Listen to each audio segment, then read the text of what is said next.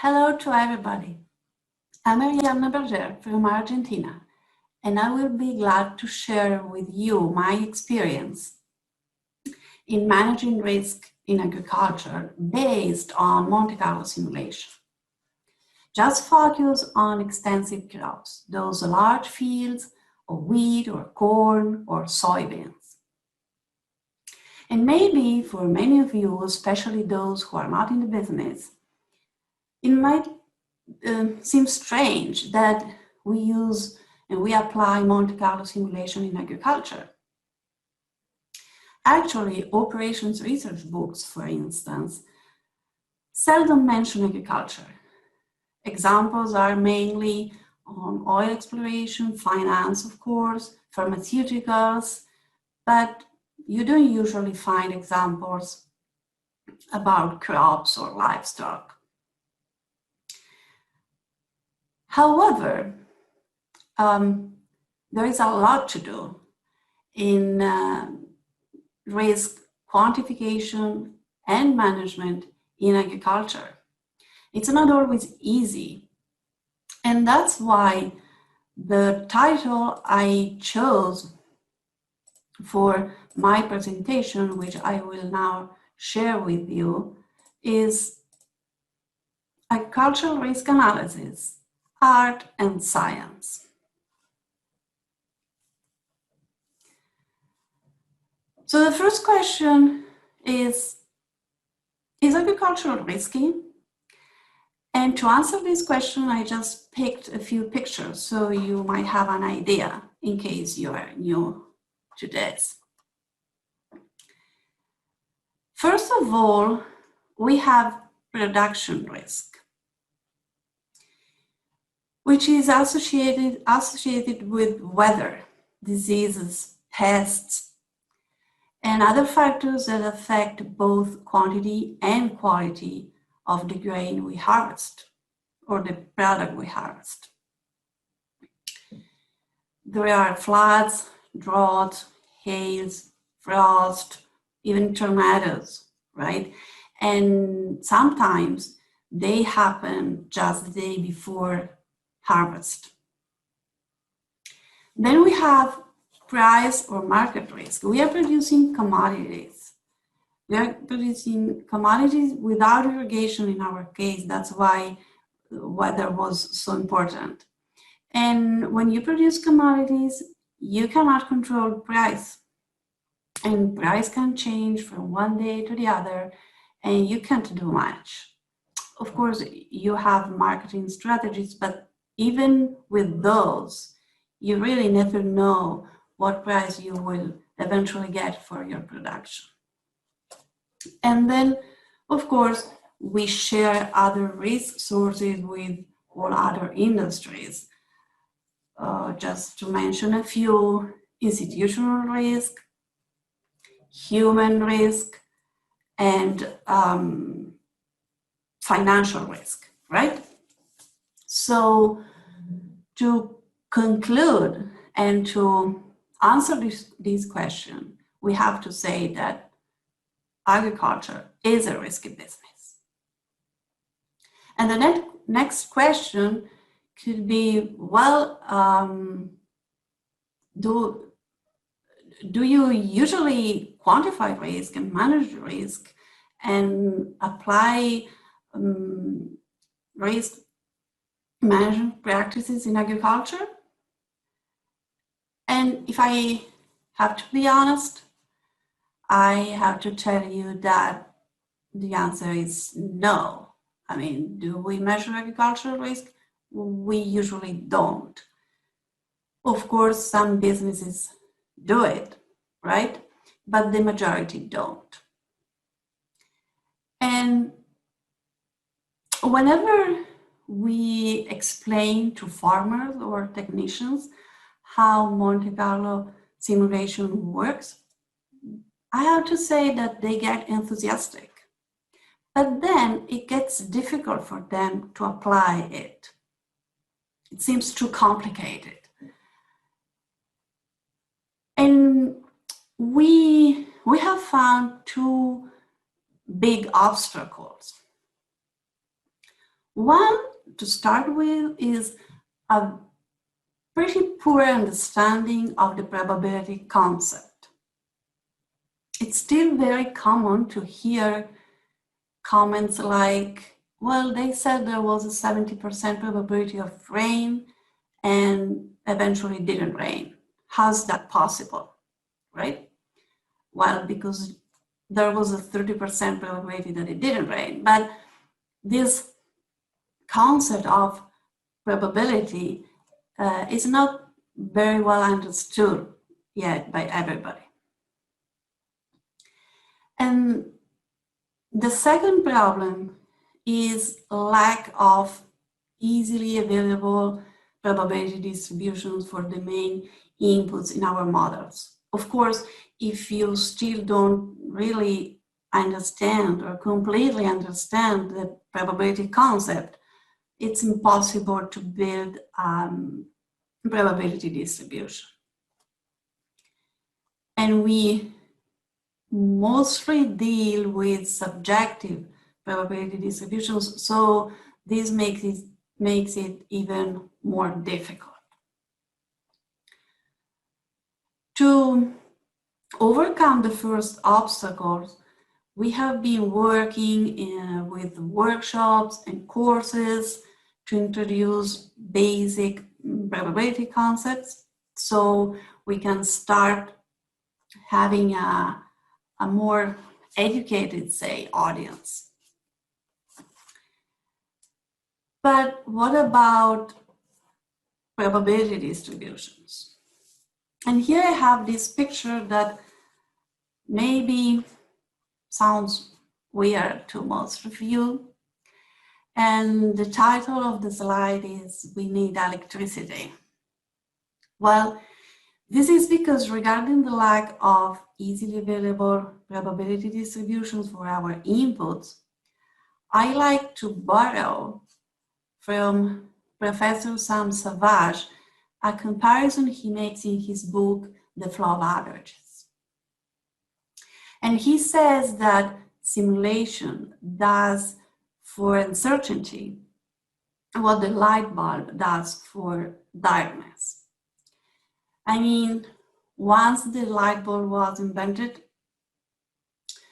the darkness still existed, right? The light bulb didn't prevent the sun from setting, he says.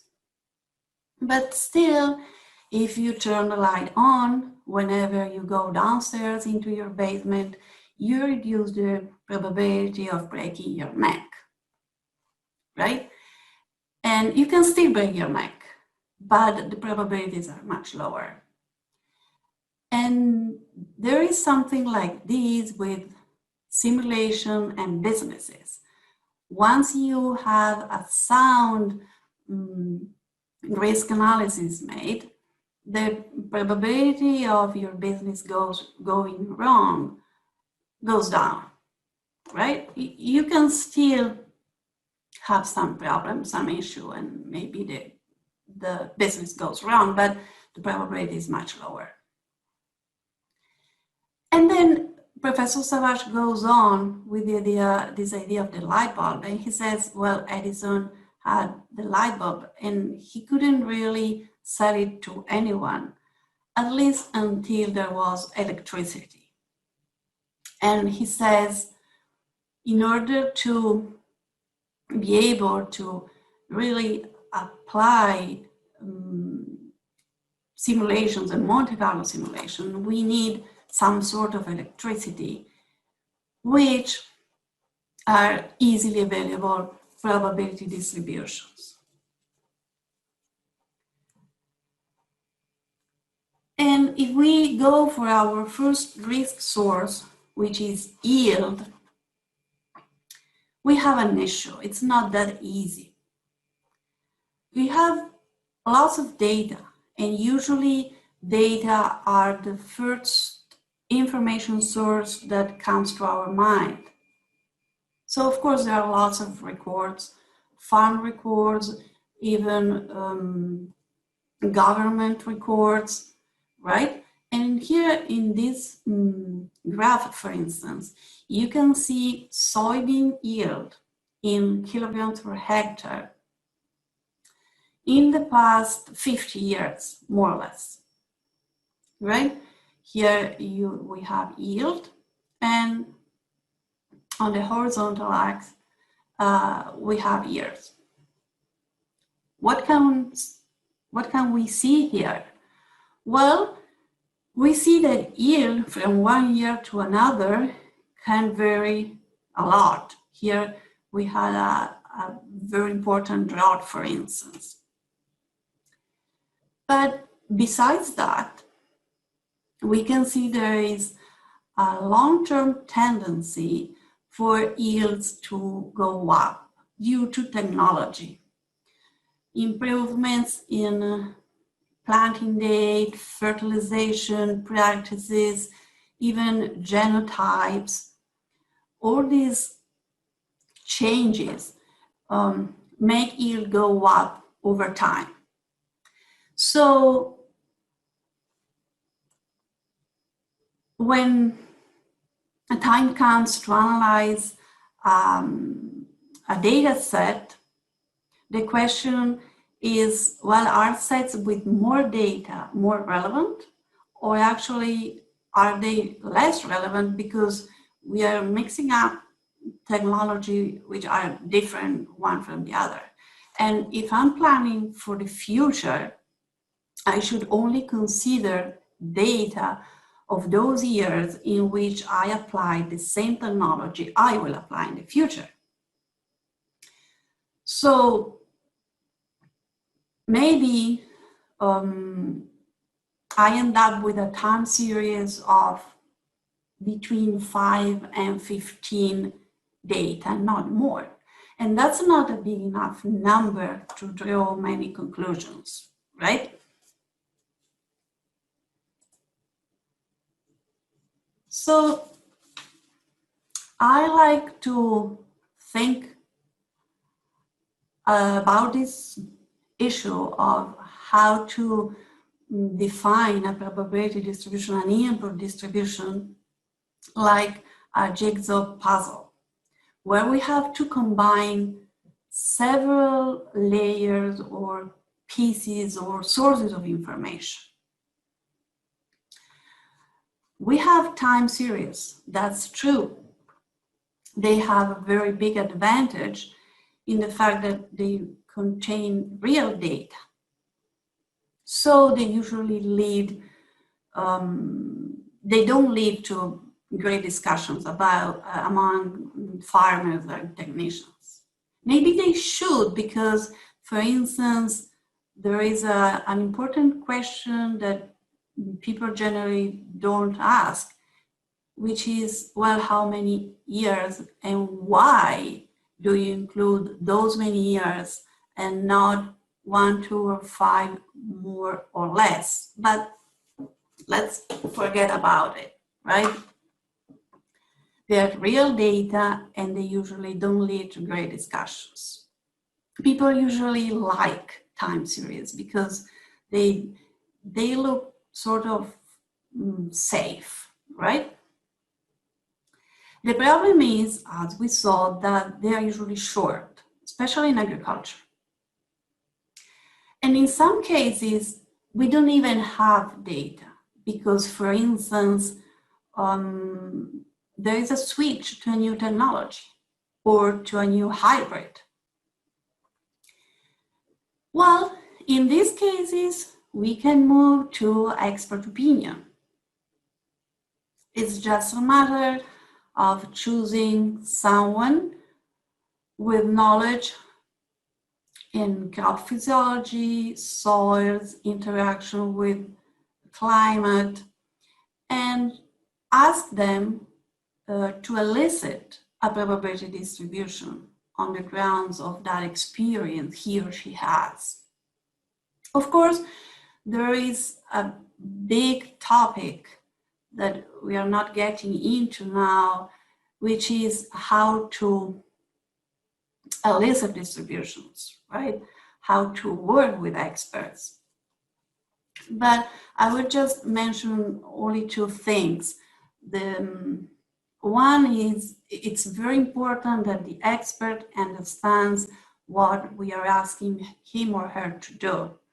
If we are asking them a minimum with a zero probability, well, they should give us a value that really has zero probability of occurring. If we are asking them a low value, well, they can give us a value with a 5 or 10 or whatever probability. And the other thing is to pay attention to how minimize biases in their elicitation, right? There are right and wrong ways of asking, for instance. And then there is a third layer of information we can rely on, which is expert models. Expert models, just mathematical models that predict the value of a dependent variable on the grounds of one or several independent variables. They can be very simple. For instance, a model that predicts yield based on rainfall. So if you have those many years of rainfall data, you can predict those many yields and then fit a probability distribution, for instance. They can also be more complex models, like the agricultural simulation models of the DSAT family. These models are very demanding, very information demanding, because you have to fit them with daily weather data, temperature, radiation, and rainfall. You have to describe in a very detailed way both soil and management practices and also genotype. But if those models are available for your crop and your region, they're very, very useful. They can predict yield pretty well. They have been validated for several crops in several regions of the whole world.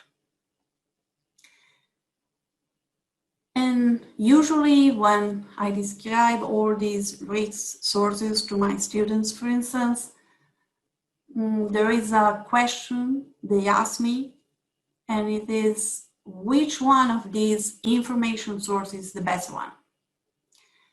And well, actually, no one is the best one by itself. The best thing, whenever possible, of course, is to complement all of them, because all of them have pros and cons. And here,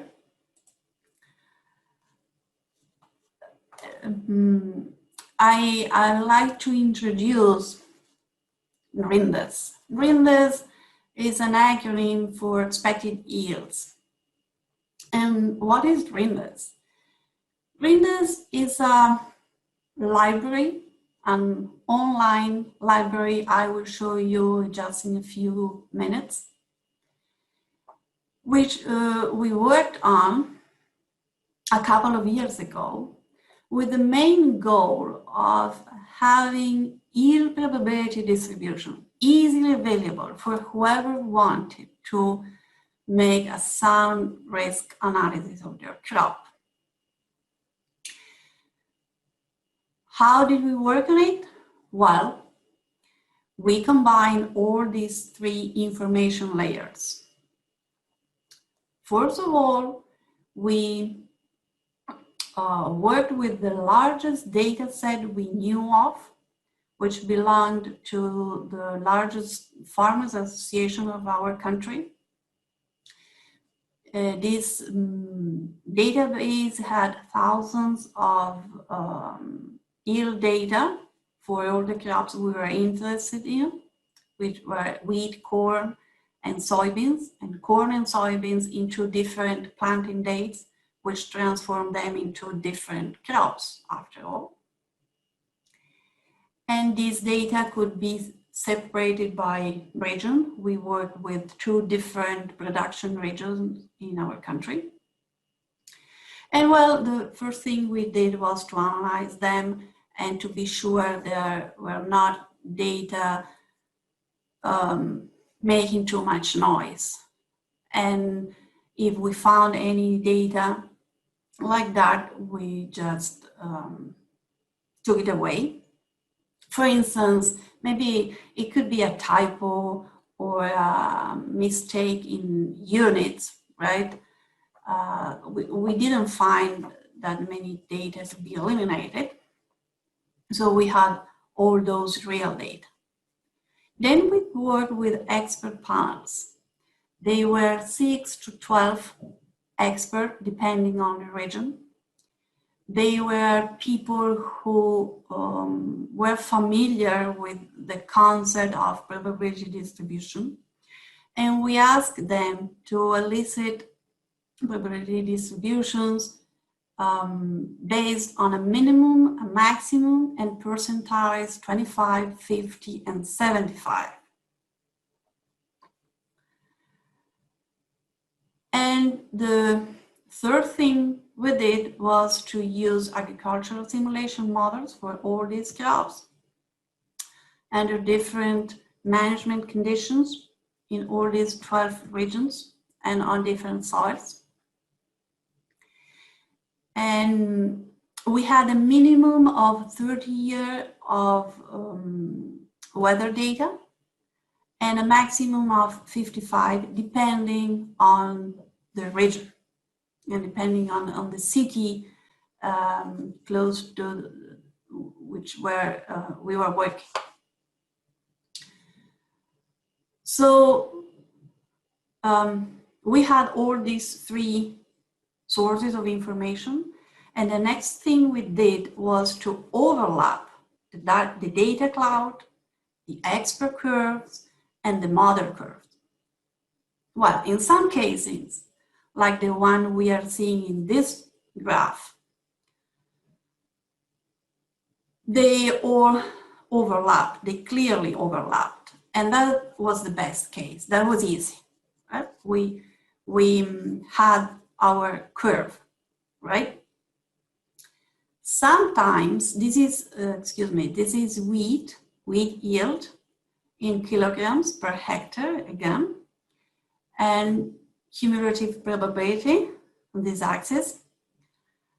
And this is north of Buenos Aires. This is sort of the Corn Belt for us. So we had in blue the data set, in orange the expert curves, and in black the model curve for different measurement practices in that region. Well, this was the best case, right? Then we had other cases where the curves could either cross each other or diverge at some point, and maybe one information source underestimated or overestimated it at some point.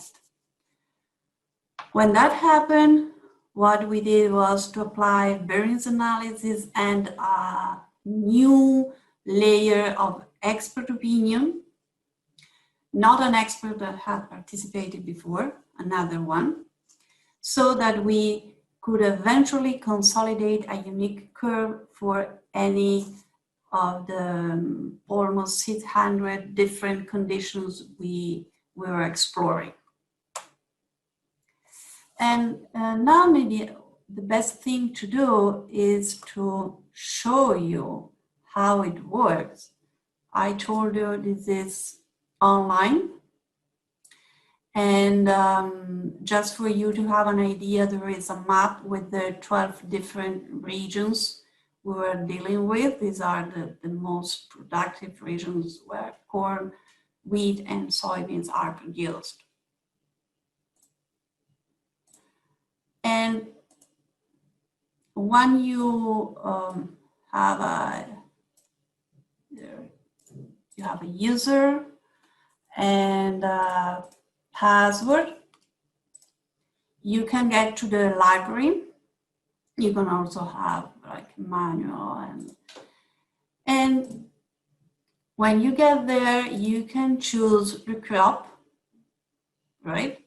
Let's say we choose wheat, and then you can choose one of the 12 regions. Let's say we go on with north of Buenos Aires. And then you have different soils in that region. Maybe I choose this one, which is the best one. And then I can also choose planting date, nitrogen dose, which here is only one, and water at planting time, even if you have more or less water in the soil. But let's suppose I only choose these and then let the other criteria with no selection. So I will get 4 different possibilities. I mean, they're all wheat, they're all in the north of Buenos Aires, they're all on the same soil, but there are 2 different planting dates with this June 25th or June 1st. And we have 2 different water content in the soil, humid or not that humid. And if I pick one of these, I can see the histogram, for instance. And here I have enough information to build either a beta bird or a general distribution. Or I can also have the cumulative distribution if, let's say, my software can use a cumulative distribution as an input probability function. I have all the data here, or I can also pick this summary with minimum, maximum, and some percentiles, 1, 5, 25, 33, 50, 66, 75, 95, and 99, right? And I can also say compare 2 or more distributions. Let's say I choose the same planting date but different water content in soil. And so I can clearly see what the difference is in yield if I plant my crop with good water content in the soil, which is the black curve, or with less water, which is the blue one. So I can compare them. And let's say that I'm thinking of planting in both planting dates, sort of making a smooth portfolio of wheat crops, say. So I pick the same water content in soil, but 2 different planting dates. And I can see the correlation coefficient matrix. Here there are 2 different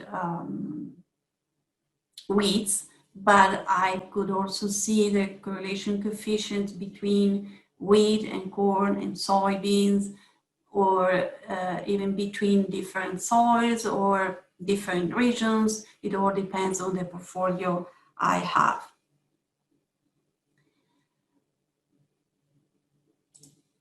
Of course, the advice we give users is that despite this is a very good starting point, they should add their own expert criteria because they are the ones who best know their plot or their farm. But still, we really consider, and evidence is that this is a very good starting point to make distributions easily available for whoever doesn't really know how to start with. And this is as far as yields. But then, remember, we had market risk or price risk. Here we have a variable which is pretty different. It's much more dynamic. It depends on markets, and markets depend on people, right? So we don't have a probability library here. But still, we work with these three information layers, which are, to start with, futures markets. I mean, we have futures markets that function pretty well for soybeans, corn, and wheat. So what we usually do is to take the futures market's price at harvest time as the most probable price into a beta pair distribution. Then, of course, we have to build a minimum and a maximum around that most probable value. And what we have been doing is this. We have been analyzing past futures markets performance. I mean, you know, futures markets are not perfect predictions of what the price will be. They just give you an idea of 6 or 10 or 12 or whatever months before harvest of what price could eventually be when harvest time arrives. But then things may happen. And of course, prices change. So what we do to analyze futures markets past performance is this. We have a series of prices for harvest time, but informed in June, which is planting date for wheat in our case. So in June, futures markets say that next January price will be such and such dollars per ton. Then when January comes, it may happen that price, well, is what futures markets said in June, but it can also happen that price went up or down. If futures markets were perfect predictors of what the price can be at harvest time, all these lines, which each line is 1 year, right? What happened in 1 year? All these lines would be horizontal. So what the futures market said would happen in June for next January just would happen like that. And we would have horizontal lines. As this is not the case, and that's why we have differences like these ones. Maybe the price goes up 50%, which means that in January, when harvest time arrived, the price was about 50% higher than it had been predicted in June. Or it could also happen that it could be 40% lower.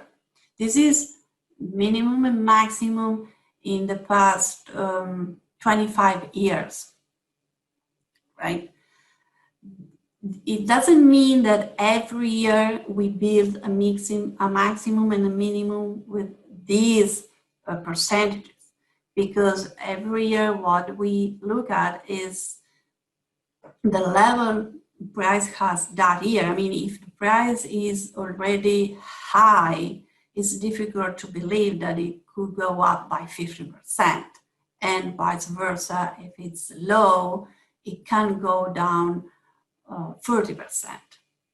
So This is where expert opinion comes into the picture and help choose what statistics and what pace data to use in order to build this minimum and maximum into a beta pair distribution. And here, just short comment on why we chose the beta pair distribution. First of all, it's very easy to understand, and its parameters are very easy to estimate or calculate, either if you have data or if you have to work with expert opinion.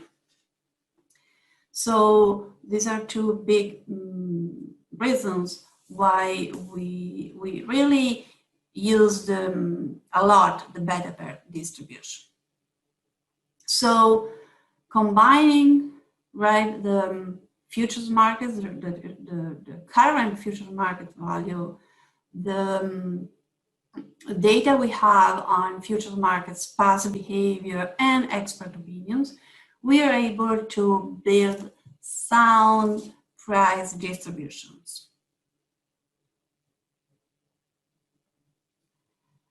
And here there is a list of the applications we have found for risk assessment in agriculture in these past 20 years. We have been applying it to partial budgeting, that's like small details into the farm, to compare different crop management practices, for instance. We applied it to annual planning, right, to decide land allocation.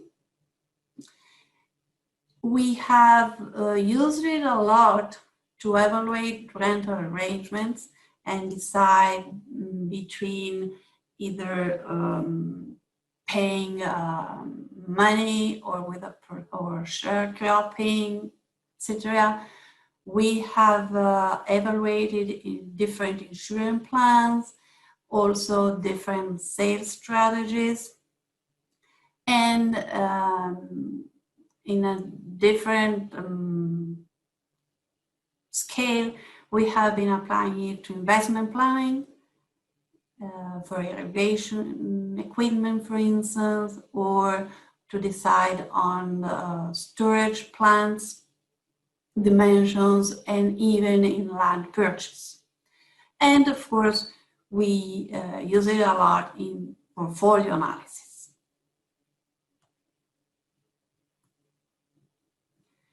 So just to sum up, what have we learned? Well, there are two important obstacles which we mentioned, but despite those, risk assessment and management in agriculture are possible. And I think we succeeded because we just started with a few small projects, and year by year we are working more and more with risk assessment and management. And I think that success has come with the fact that we try to keep it simple and very empirical. And Monte-Carlo simulation success really depends on easily available probability distributions, right? That makes it possible for people who are not really expert in statistics or mathematics. They are farmers or technicians, and they can still use it.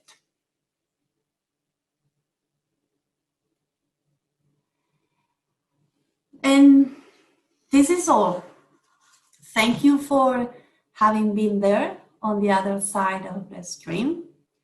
I really hope you now have a better understanding of how we have combined art and science in risk quantification and management in agriculture. Of course, if you have any question or comment, you can contact me. Feel free to contact me, and I will be glad to clarify it. And we all need to go on advocating for sound risk management practices. There is still a lot to be done, and I would like to conclude with Nassim Taleb's idea taken from his book Fooled by Randomness, that it's as if there were two planets, the one in which we actually live and the one considerably more deterministic on which people are convinced will live. Thank you very much.